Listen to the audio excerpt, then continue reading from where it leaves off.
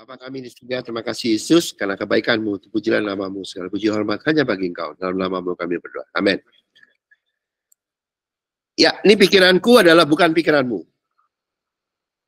Pikirankunya K-nya besar ya. Pikiran Tuhan bukan pikiranmu. So go to hell with tafsir. Iya dong, pikiranku bukan pikiranmu. Lu mau jelas apa sih? Lu nggak soal tafsir. Gue udah bilangin pikiran Tuhan bukan pikiranmu. Kok lu siapa? Lu orang atau Tuhan? Ngomong. Mulut tidak pernah. Mulut itu apa yang aku lihat dan aku dengar. Lain. Nggak berani. Makanya di perjanjian lama, di perjanjian baru kalau nulis 5 roti 2 ikan. Berarti nggak? Yohanes toh? Segala macam atau Matius atau siapa gitu ya. Kitab yang Injil tuh yang saksinya. Coba di sini saya tanyain. You ngerti nggak roti itu maksudnya apa? Ikan itu apa? Ngerti nggak? Nggak ngerti. Nanti gue kasih tahu kapan-kapan. Ya, itu yang nulis tahu. Gak bilang. Tahu nggak? 5 roti 2 ikan ada artinya. Tahu Yohanes. Gue udah tahu. Kalau baca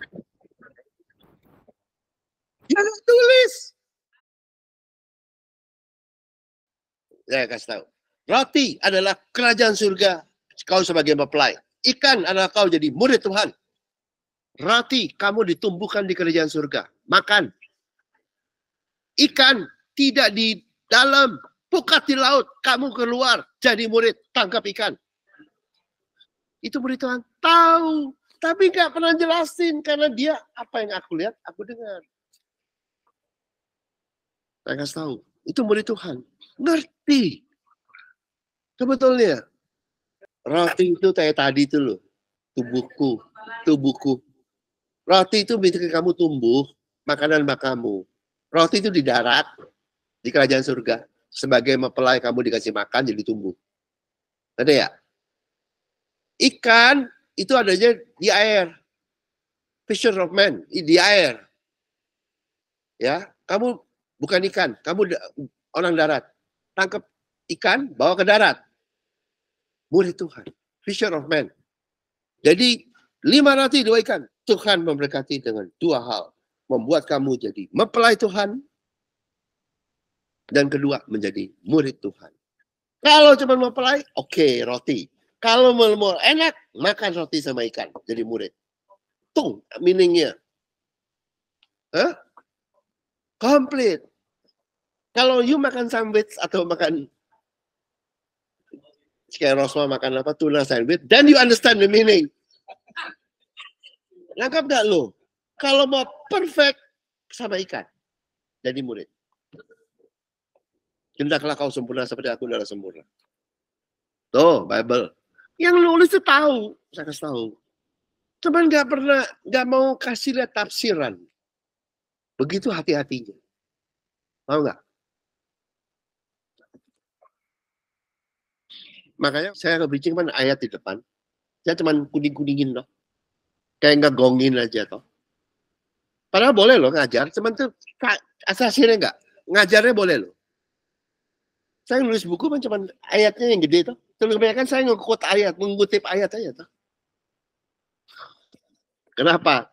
Gua nggak mau jadi masuk jurang kayak orang teologi. Orang teologi kalau ini bikin topik, baru bikin ayat pendukung. Lu kira lu bikin tesis ya? Di universitas ya? Emang lu kira cuma lu yang pernah di universitas? Bikin konsep terus ayatnya pendukung. Apaan lu? Nggak boleh, ayatnya di atas yang utama. Ada tertulis, it is written. Go. Emang lu, alah pakai cuman. Oke lah, pikiranku bukan pikiranmu. Ya, nih, Yesaya. Ya. Ini kalau bahasa Indonesia, makanya saya tulis kali bahasa Inggris dulu. Bahasa Inggrisnya, Yesaya 55 ayat 7. Let the wicked abandon his way, and unrighteous person his thoughts. Let him return to the Lord, and you will have compassion on him and to our God, for he will abundantly pardon. Bahasa Indonesia aja ya. Baiklah orang fasik meninggalkan jalannya, it's okay. Dan orang jahat meninggalkan rancangannya. Rancangan kan kayak skema gitu ya. Baiklah ya kembali kepada Tuhan, maka dia akan mengampuni, mengasihi dan kepada Allah kita, sebab dia memberi pengampunan dengan limpahnya. Bahasa Inggrisnya lebih bagus. Bukan rancangan. Rancangan nggak salah sih. His thoughts. Nih, pikiran. Pikiran. Ya. Jadi ya, you unrighteous atau you righteous. Ya. You jahat apa enggak? Tergantung pikiranmu. Bukan jalanmu. Pikiranmu. Unrighteous atau righteous. Kalau itu kan jadi you are not righteous or you righteous, itu tergantung pikiranmu. You become wicked. Itu Inggris lebih tajam ya. Itu tergantung perbuatanmu. Jadi gini, kalau masih mana lawyer gua? God bless the lawyer ya. Ini ada lawyer nih ya. Let the wicked abandon his way and the unrighteous person his thoughts. Ya. Kalau jadi itu kamu righteous atau kudus atau nggak kudus, ya tergantung pikiranmu. Kamu jadi jahat apa enggak, itunya mulai dari situ. Terus kamu berbuat apa enggak? Biasanya gitu. Ini kalau bahasa God bless the lawyer ya, mensera. Ada intentionnya enggak? Ada mensera, mens rea. Absent of malice a lot, gitu loh. Mens rea, Latinnya. Pikiranmu, itu yang nentuin. Jadi ya, if you still pakai tafsir, lu masih pakai teologi, lu masih pakai pengetahuan baik dan jahat, sok pinter nafsirin Tuhan, lu jahat. Udah gitu aja. Tuh, tangkap nggak?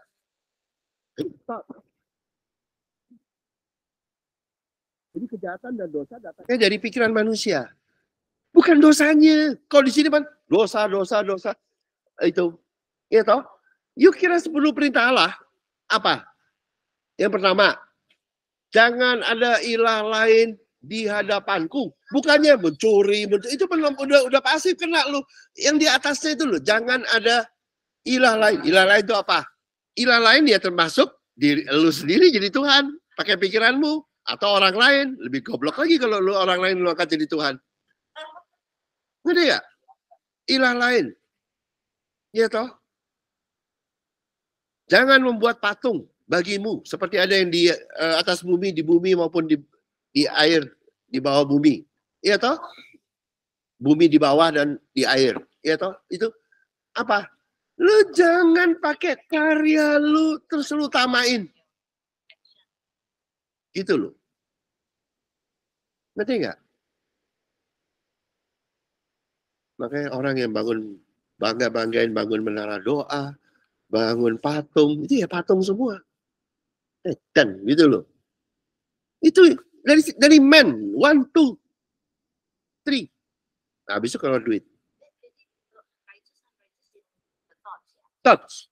Your thoughts. Thoughts-nya apa? Thoughts apa? Thoughts-nya itu adalah ya kalau pakai otaknya untuk pakai pikiran sendiri untuk jalan ke Tuhan. Ini toh. Let him return to the Lord. Ya. And he will have compassion. Jadi bergantung sama Tuhan atau bergantung sama pikiranmu. Bukan kamu jadi matematika ya. Kamu pakai matematika itu nggak apa-apa. Tapi kamu untuk jalan Tuhan. 2 jalan ya. Berkat dan kekudusan. Lu berani pakai otak lu udah jahat. Berkat itu kan jadi kasih gratis dari Tuhan. Kalau lu pakai otakmu mau skimming supaya Tuhan memberi berkat, lu jahat nggak lo? Ngerti nggak? Orang Tuhan kasih gratis, tapi kita pikir, oh no, kita berdoa dong 10 kali, nanti Tuhan kasih. Tuh.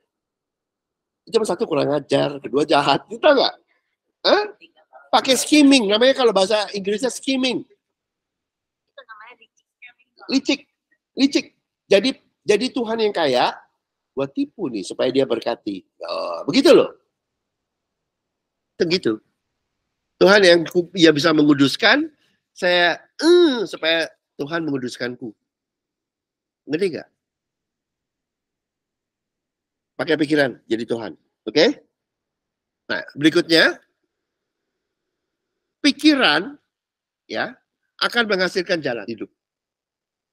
Begitu kamu pakai pikiran pengetahuan baik dan jahat, kamu akan merasa tertuduh dan kamu akan hidupmu akan gitu.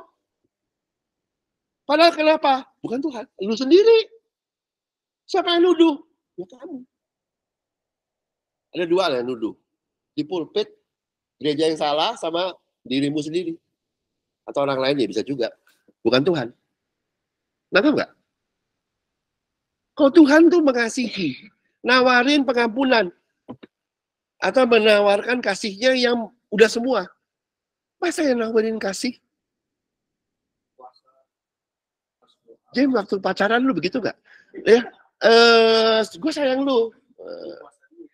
Terus kondem dia, jahatin dia. Udah gitu dong, lu sayang lah. Hah? Itu konsep di Tuhan yang mengasihi, pengennya gebukin yang dikasihi, pengennya nabokin, pengennya mengkondem, itu adanya di mana?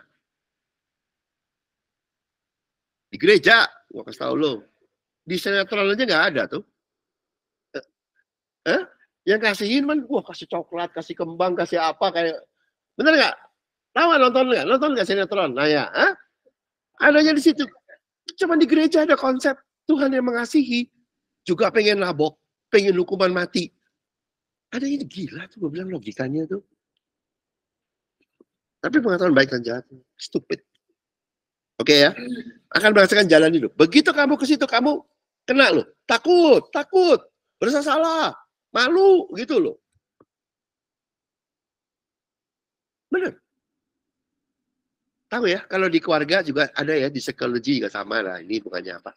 Orang anak yang nggak berasa dikasihi, jadi sifatnya jadi buruk ya, ya. Tuhan yang selalu mengasihi. Meskipun dosamu sabrak-abrek, nggak berubah loh.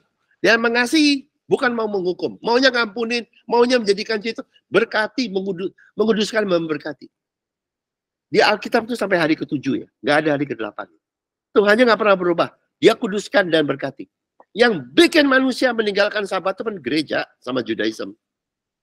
Hari ke-7 Tuhan yang nggak ada. Lu kira ada hari ke-8 di Bible? Nggak ada. Tuhannya tetap sama. Tuhan menguduskan dan memberkati. Tergantung kamu mau nggak. Nggak berubah Tuhannya. Menguduskan dan memberkati hari ke-7. Nggak ada hari ke-8. Hari ke-1, 2, 3, 4, 5, 6. Udah lewat.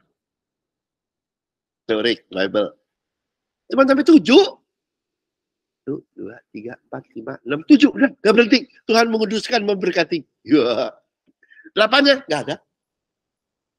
Percaya nggak Pak Chris? Cari di Bible. Ada nggak hari ke-8? Nggak ada. Tuhannya tetap sama. Menguduskan, memberkati. Tinggal mau nggak? Kasih tidak mementingkan diri sendiri. Nggak maksa. Kalau manusia pakai begini-begini. Ya meninggalkan pikiran Tuhan. Oke, lalu berikutnya. Nah ini ya. Jadi ada dua pilihan. Cuma dua pilihan. Bergantung pada pikiran diri sendiri atau kembali kepada kasih Tuhan. Gampang nggak? Kalau kamu bergantung pada pikiran diri sendiri untuk ke Tuhan, untuk dapat berkat dan kekudusan hari ke-7, itu namanya jahat. Kedua, fasik. Udah, gitu aja. Kalau kamu bergantung pada kasih Tuhan, itu namanya kudus dan diberkati. Udah, kelar. Dosamu banyak. Iya, semua ada dosa. Tapi Tuhan bilang, aku menguduskan. Siapa yang berani lawan? Orang bilang, gua kudusin. Siapa yang ngoceh? Tuhan menguduskan, masih belum kudus Tuhan. Enak aja lu. Apa lu? S1? Apa lu? S2? S3? Udah, go to hell. Lu nolak dia lu. Go to hell. Gue serius. Kalau Tuhan udah mengasihi, menguduskan, memberkati, kamu terima apa enggak? Orang lain mau terima apa enggak? Lu enggak terima? Enggak apa-apa. Yang masuk neraka lu. Orang itu kok, bukan kamu. Gampang. Gampang loh sama Tuhan. Gak ada urusan. Dosamu yang lalu sabrak-abrak. Tuhan bilang, saya menguduskan, saya memberkati.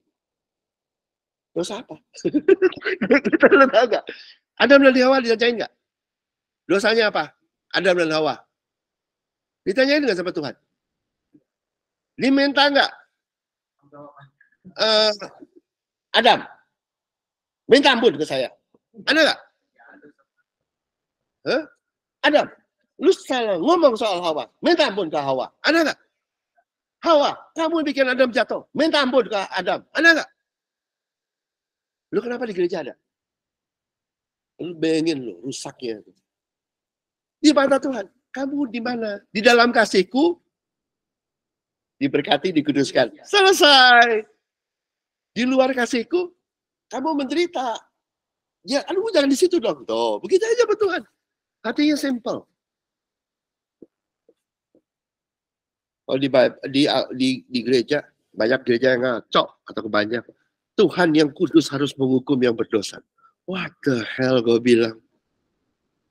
Tuhan gue ya kudus dari dulu ya cuma tahunya memberkati dan menguduskan. Ya. Cuman mau nggak? Karena nggak maksa. Kasih tidak mengutamakan diri sendiri. 1 Korintus 13 ayat 5. Nggak maksa. Kalau kamu nggak mau dikuduskan, ya sudah. Ya biar aja kamu bergantung sama siapa? Pendeta, kudusin kamu. Ya sudah, cobain aja. Kalau di pendetanya gagal, ya pampang lu masuk neraka. Pampang lu. Ya, udah berikutnya. Nah ini. For my thoughts are not your thoughts. Nor my ways, your ways my ways. Sebab rancanganku bukanlah pikiranku, bukan pikiranmu. Gue bisa bingung. Lihat orang begitu bodoh ya. Bisa pakai tafsir lagi. Stupid. Plain English, plain Indonesian. Tapi kalau bahasa orang Indonesia bodoh, gue bisa lebih terima.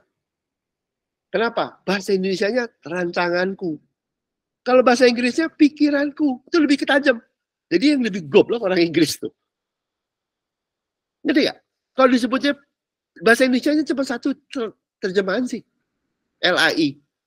Rancanganku. Jadi apa rancangan itu kan kayak gambar arsitek gitu ya. Sebenarnya itu ya pikiranku. Kalau pikiranku tuh lebih jelas. Makanya kalau Indonesia kalau masih banyak tafsir bisa lebih bisa daripada orang Inggris yang bahasa Inggris ngerti. Karena itu for my thoughts are not your thoughts. Tafsir kan pakai pikiran. Tapi kalau Indonesia rancangan, makanya saya sebut nih. Saya ngelihat aslinya. My thoughts, pikiranku. Don't try tafsir. If you're good, revelation, buka. Kalau enggak, shut up. Terus gampang loh aku. Kalau di guru jadi sekolah, lu jangan pakai tafsir. Kalau lu Tuhan, pikiran Tuhan ngomong.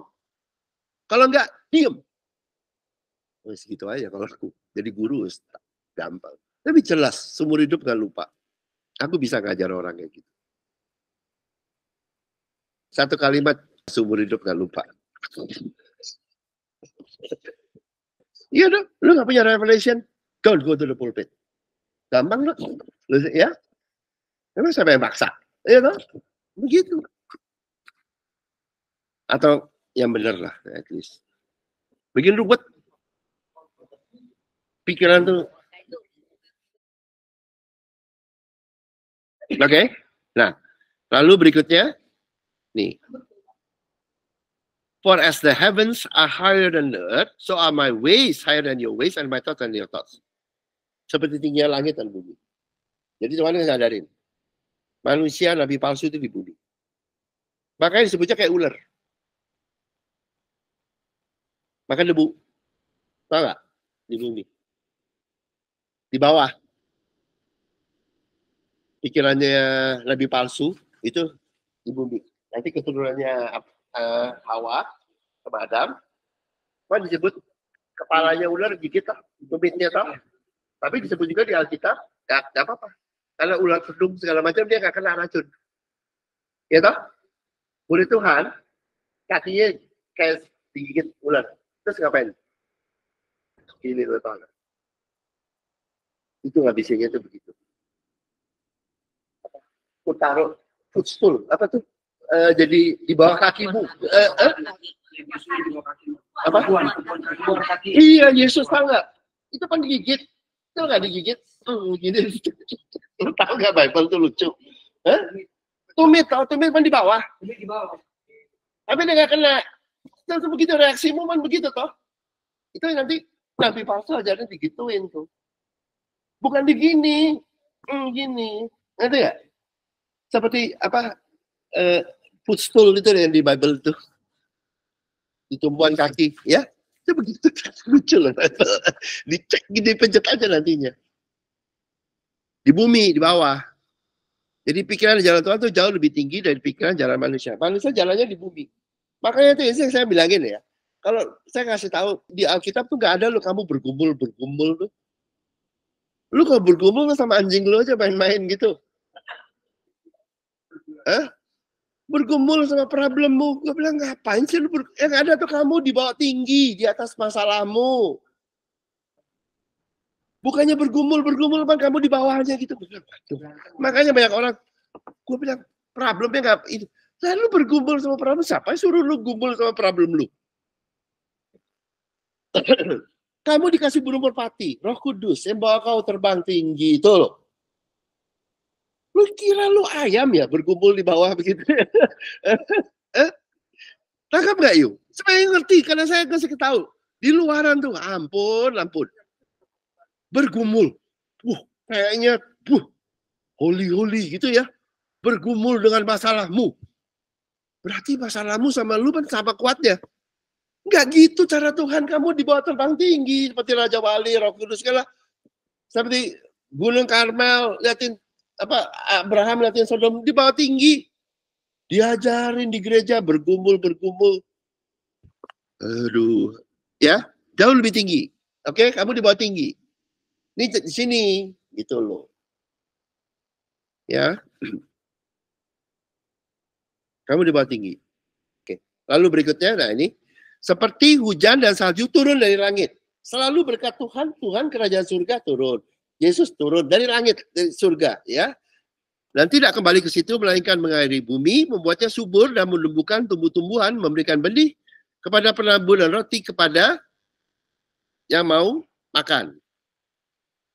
Oke? Lihat ya. Hidup datangnya dari mana? Dari atas. Nggak ada hujan, aduh kayak sekarang nih kering nih jadi serak-serak semua. Tahu nggak? Susah gitu loh. Turun dari atas ke bawah, ke bumi. Datanglah kerajaanmu, jadilah kehendakmu di bumi seperti dari atas turun ke bawah. Ngerti nggak? Begitu. Kehidupan datangnya dari Tuhan di surga dan bukan dari bawah. Manusia yang pakai teologi, pakai agama, itu dari bawah mau ke atas dengan cara rajin, dengan cara belajar. Aduh, ngerti nggak? Padahal cara Tuhan adalah terima, gitu aja, turun dari atas kok. Ngerti nggak? Tapi banyak orang kayak itu, kayak istilahnya Rosma bilang kayak apa? Marvel, terbang ke atas gitu loh. Perang di langit, bertemu di udara. Buset, gue bilang, yang bertemu di udara tuh iblis, tau nggak? Gue kalau bilangin, mana kita bertemu di udara? Lu nggak tahu ya, firman iblis tuh, apa kata-kata iblis tuh dari udara tuh. Jatuh. Begitu. Ya. Bukan dari bawah. Tafsir dari bawah. Berkat Tuhan dari atas. Yuk pakai tafsir, memati. 0 dapatnya. Ya. Oke, lalu berikutnya. Nih lihat ya. 2 berkat. Ini balik lagi semua Alkitab. Kalau you tahu kuncinya, you gampang bacanya. Ya, akan obvious. Dia berikan benih kepada penabur dan roti kepada yang mau makan. Tahu Pak? Roti kepada yang mau makan dan benih kepada penabur. Siapa yang menabur? Murid Tuhan. Siapa yang makan roti? Mempelainya. Tuh balik ke kita. Hujan turun dari langit untuk memberkati 2 yang utama di mata Tuhan. 1 adalah muridnya sebagai penabur. Penabur kan ke orang lain toh. Benar nggak? Muridnya toh. Kedua yang mau makan. Dia toh, yang butuh makan. Berbahagialah yang miskin di hadapan Allah. Aku butuh makan, Tuhan, aku miskin, nggak bisa makan. Gitu. Karena mereka lah yang punya kerajaan surga. Mempelainya. Tuh balik ke kita, lihat tuh Alkitab. Di Yesaya loh nulisnya. Jadi Tuhan akan memberikan hidup yang dari surga kepada dua tadi ya. Bukan orang percaya ya. Orang percaya kan dapat hidup yang dari surga setelah dia mati. Kan juru selamat. Setelah dia mati masuk surga. Baru dapat hidup di surga. Kalau yang dapat hidup di kerajaan surga, di bumi, cuma dua jabatan. Mempelai Tuhan dan murid Tuhan. Ya, tangkap ya. Yang di bumi dan di surga. Ya, ini sama. Penabur itu muridnya, dan yang mau makan dari Tuhan, yang miskin di hadapan itu kerajaan surga, itu mempelainya. Hidup kerajaan surga di bumi. Turun kepada dua tadi. IQ-nya agak mentok, nggak apa-apa. Gitu loh. Nggak dapat pendidikan S2, nggak apa-apa. Atau S3 kayak Pak Daniel, nggak apa-apa. Gitu loh, nggak kondisinya nggak ikut. Ya, yang penting itu. Ya, di kerajaan surga. Oke? Lalu berikutnya. Jadi, tadi itu semua, mereka yang bergantung pada pikiran manusia, tidak akan masuk dalam kerajaan surga di bumi.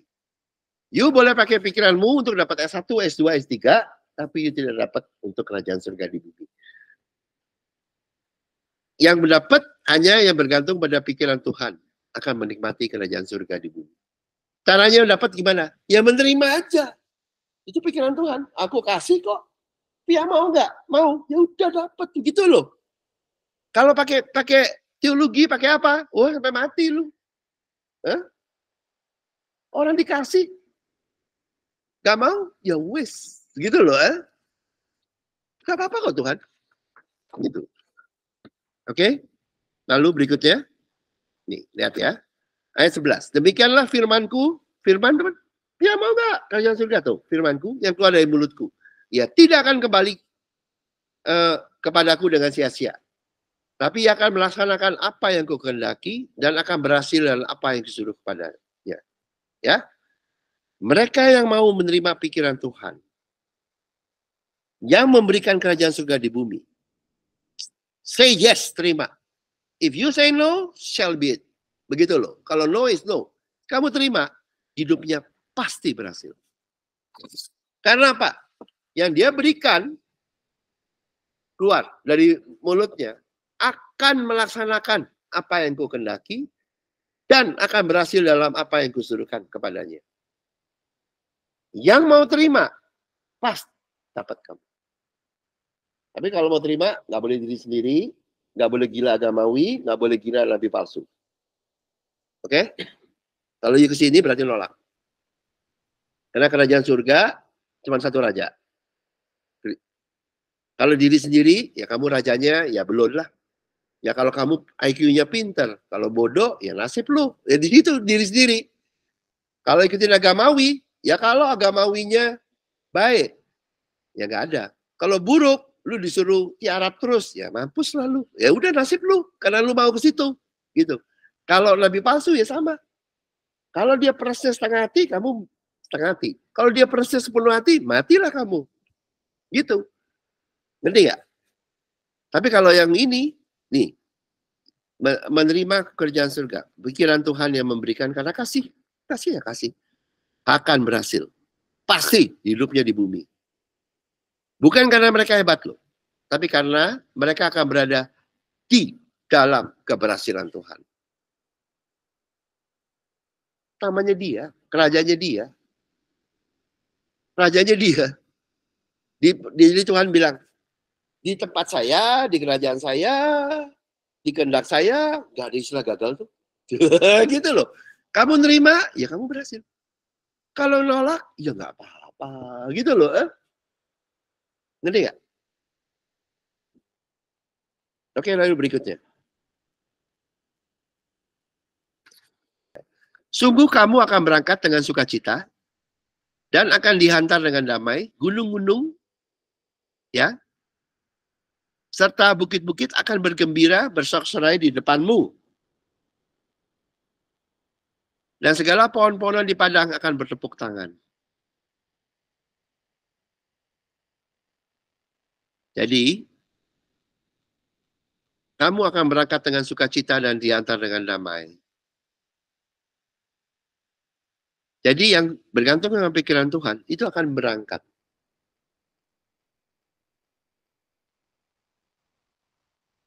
Artinya apa berangkat? Jalan, keluar, kemana?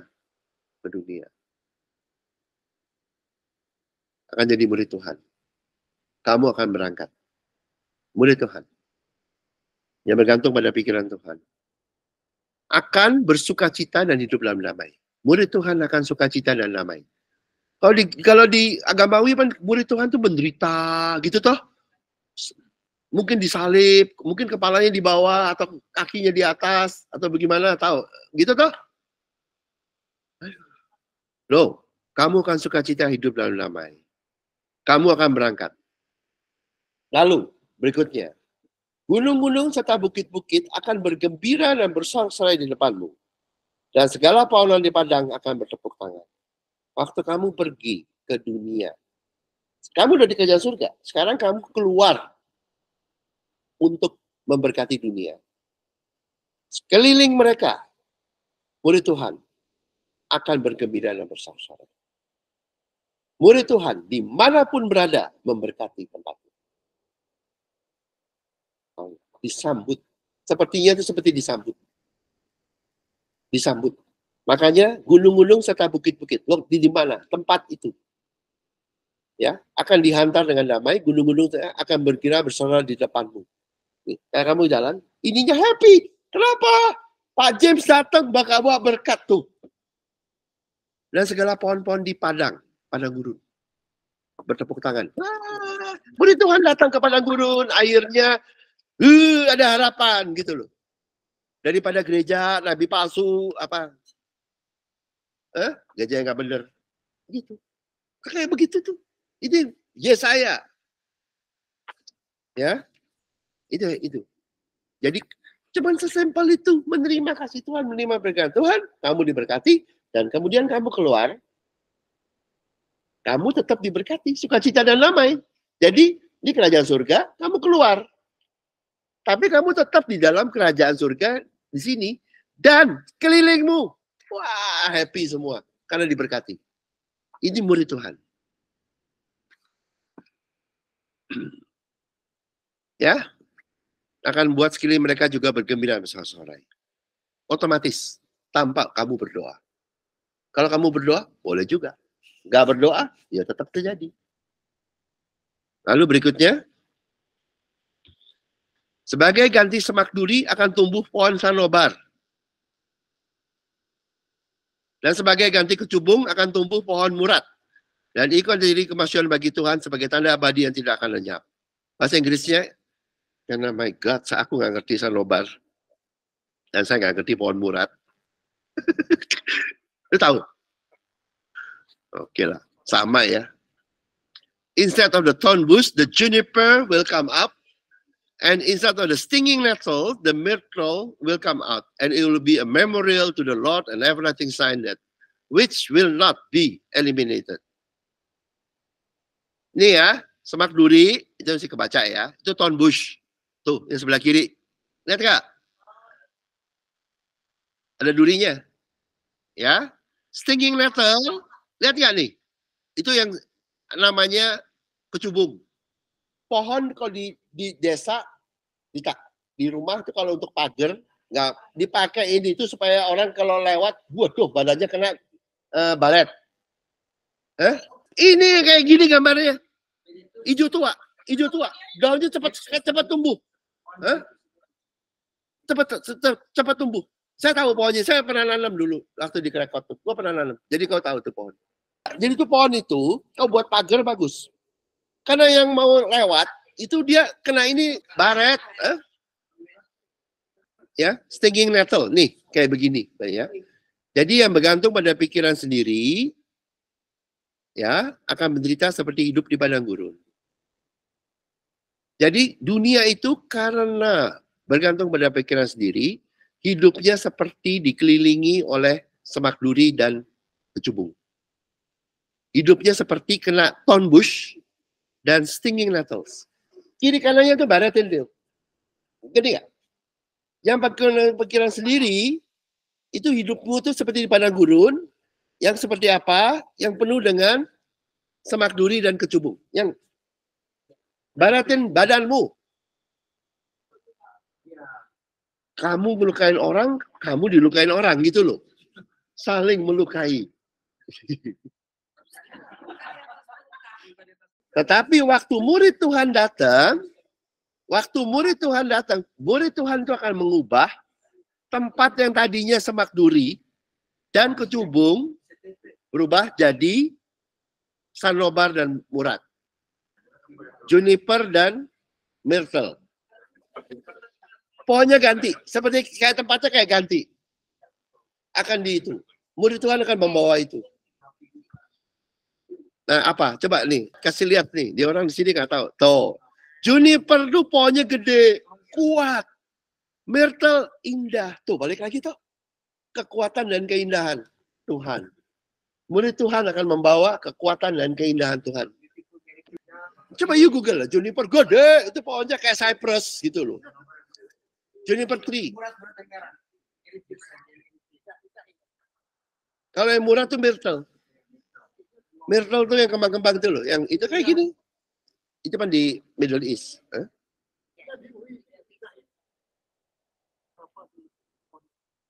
Jadi yang bergantung pada pikiran Tuhan akan jadi murid Tuhan ujungnya, dan dia pada waktu dia keluar ke dunia, dia tetap sukacita dan gembira, dan dia akan mengubah tempat yang tadinya penuh dengan pohon-pohon semak belukar yang bikin barat orang saling luka, akan jadi tempat orang itu di sana berubah seperti jadinya jadi kuat dan indah.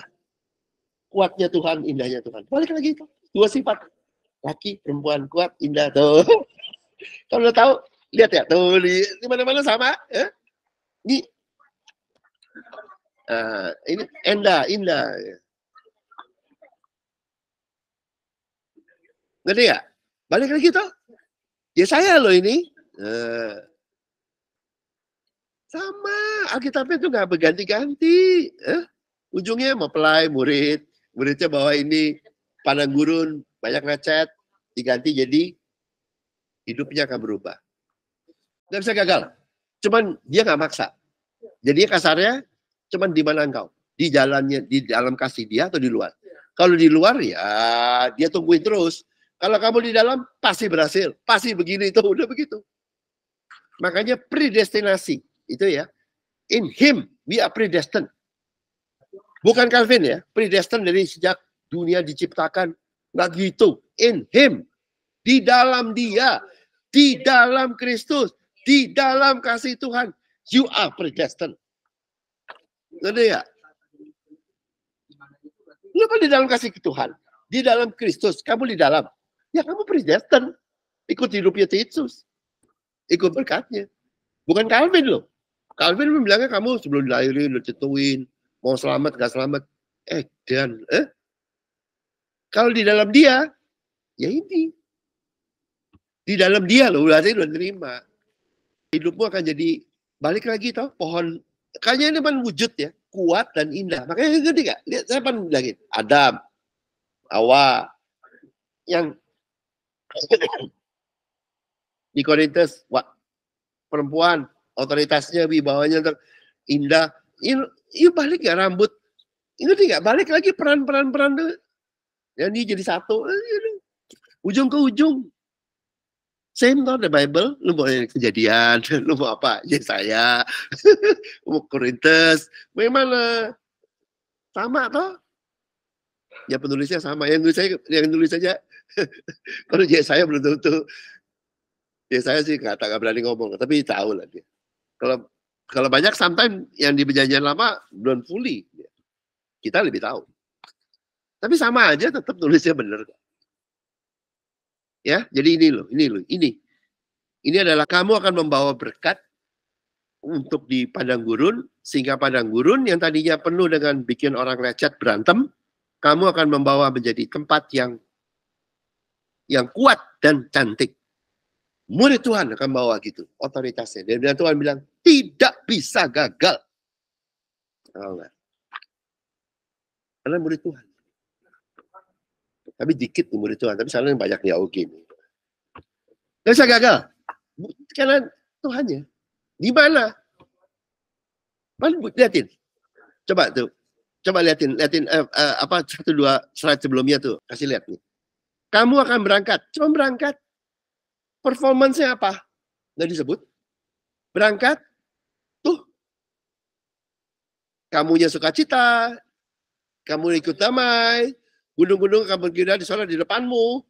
Yang kerja siapa? Di depanmu. Loh. Pada mana akan bertepuk tangan. Kamunya cuma berangkat. Willing heart. Murid. Pasti terjadi. Bukan kamu. Bukan performance-nya. Bukan apa? Prestasi dari kehebatan dari muridnya. Makanya nanti 2 minggu lagi saya bukain ya Kerajaan Surga. Gitu ya sekali lagi 1, 2, 3, 4, 5, 6 dan 7. Nanti kapan-kapan saya bukain lagi murid supaya ngerti. Ya, itu murid pasti. Dia cuma berangkat, terus merubah tempat yang baru tadi, yang tadinya tadi tempat lecet akan jadi tempat kekuatan Tuhan dan keindahan Tuhan diwujudkan.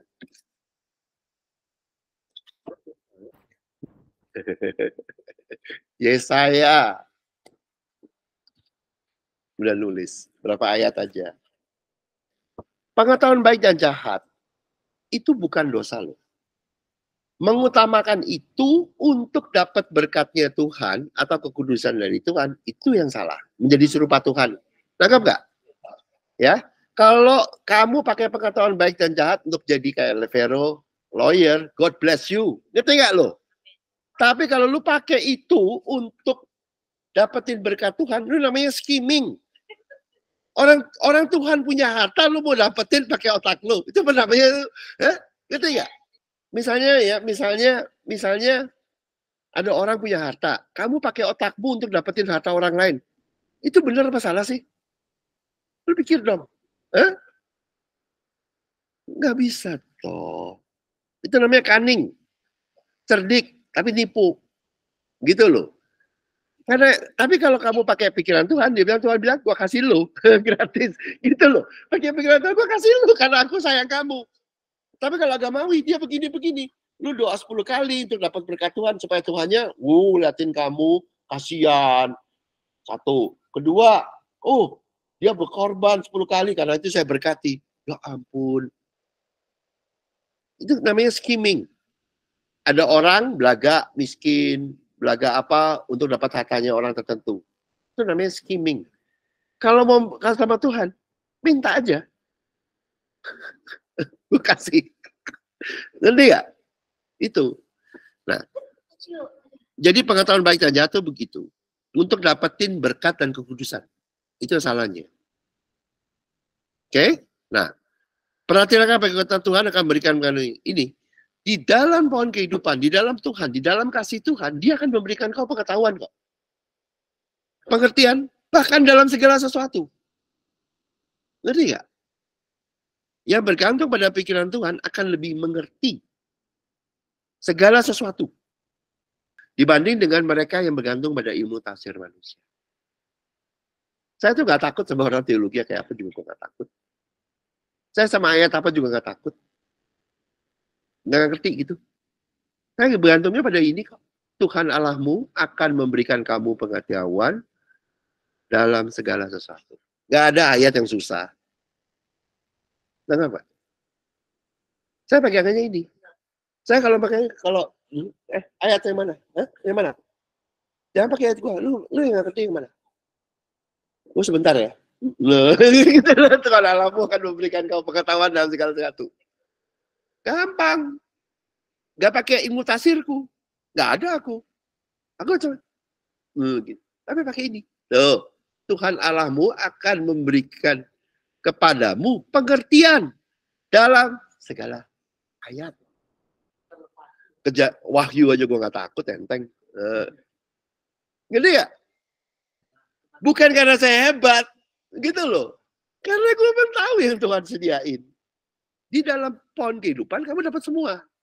Jadi termasuk pengetahuan baik dan jahat. Tapi kamu tidak mengendalikan itu, ngerti nggak? Sebagai Tuhanmu atau sebagai jalan untuk kau menjadi kudus dan diberkati. Lain.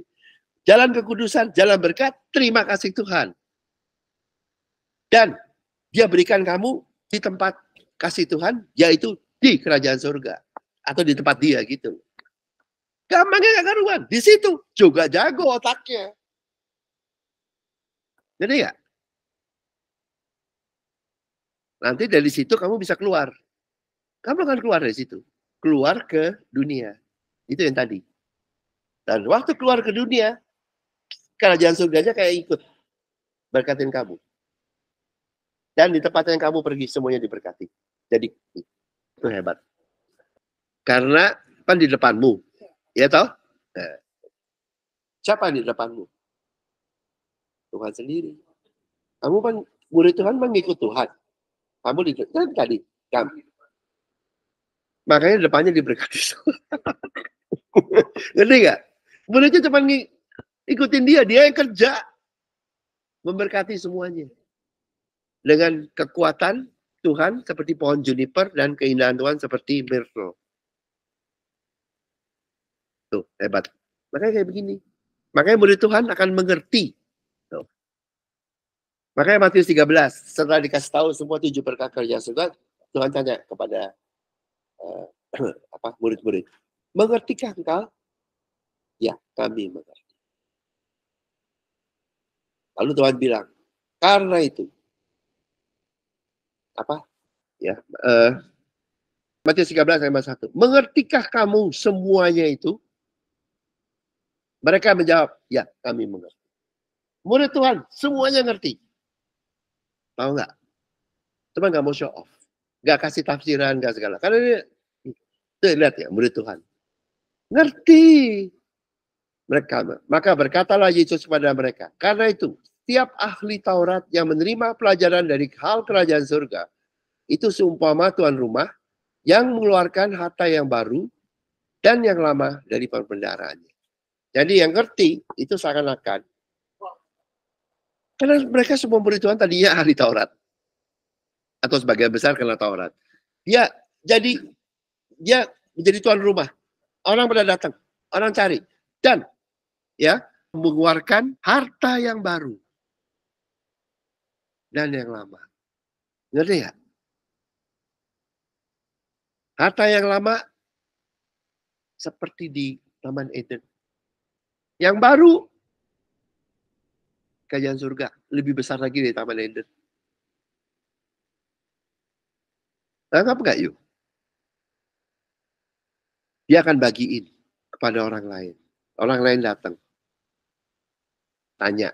Dan dia kayak bagi harta. Hartanya apa? Yang di dulu dan yang baru. Artinya dulu sama yang dulu plus yang baru. Berarti tambah besar loh. Nah itulah. Karena kerajaan surga itu membesar. Kamu bagikan dua-duanya. Yang baru sama yang lama dan yang baru. Ya, makanya itu seperti itu. Makanya waktu Tuhan 2 minggu lagi ya saya preaching. Waktu Tuhan memulihkan berkat Taman Eden kepada Adam dan Hawa, kepada anak manusia yang semuanya kena pengetahuan baik dan jahat, yang dia berikan lebih besar. Bukan Taman Eden dan dibalikin. No. Kerajaan surga yang dikasih. Yang lebih besar dari Taman Eden. Nanti 2 minggu lagi. Ya, makanya jangan bingung. Dia bukan memulihkan Taman Eden. No. Dia berikan kerajaan surga yang mengandung berkat Taman Eden dan lebih besar. Di Taman Eden tidak ada berkat menjadikan bangsa lain murid Kristus. Tidak ada. Hanya di kerajaan surga sekarang. Dikasih lebih besar. Itu. Nanti deh. Didapetin ini. Kita dapetin gampangnya nggak karuan. Nanti you akan liatin. Nyambung. Makin lengkap. 1, 2, 3, 4, 5, 6 di HOG makin tahu. 7 yang agak sedikit nanti saya little ya apa Berapa kali lah. Yang nomor 7 ya, jadi murid ya. Lebih bukan enggak tapi enggak ini. Ada sedikit secretnya. 1-2 hal. Mengerti enggak tuh? Ada kayak gitunya. Sampai mempelai lebih gampang. Ketujuh, ya nggak susah juga, semuanya bisa. Nggak susah. Cuman ada itunya. Sedikit lah. Ada kayak rahasianya. Oke. Udah. Terima kasih semua. Kita doa. Terima kasih Yesus, terima kasih atas segala kebaikan-Mu, pertolongan-Mu. Kau memberkati semua tempat ini supaya menjadi sesuai kehendak-Mu, dan itulah kehendak-Mu. Dalam nama-Mu kami berdoa. Amin.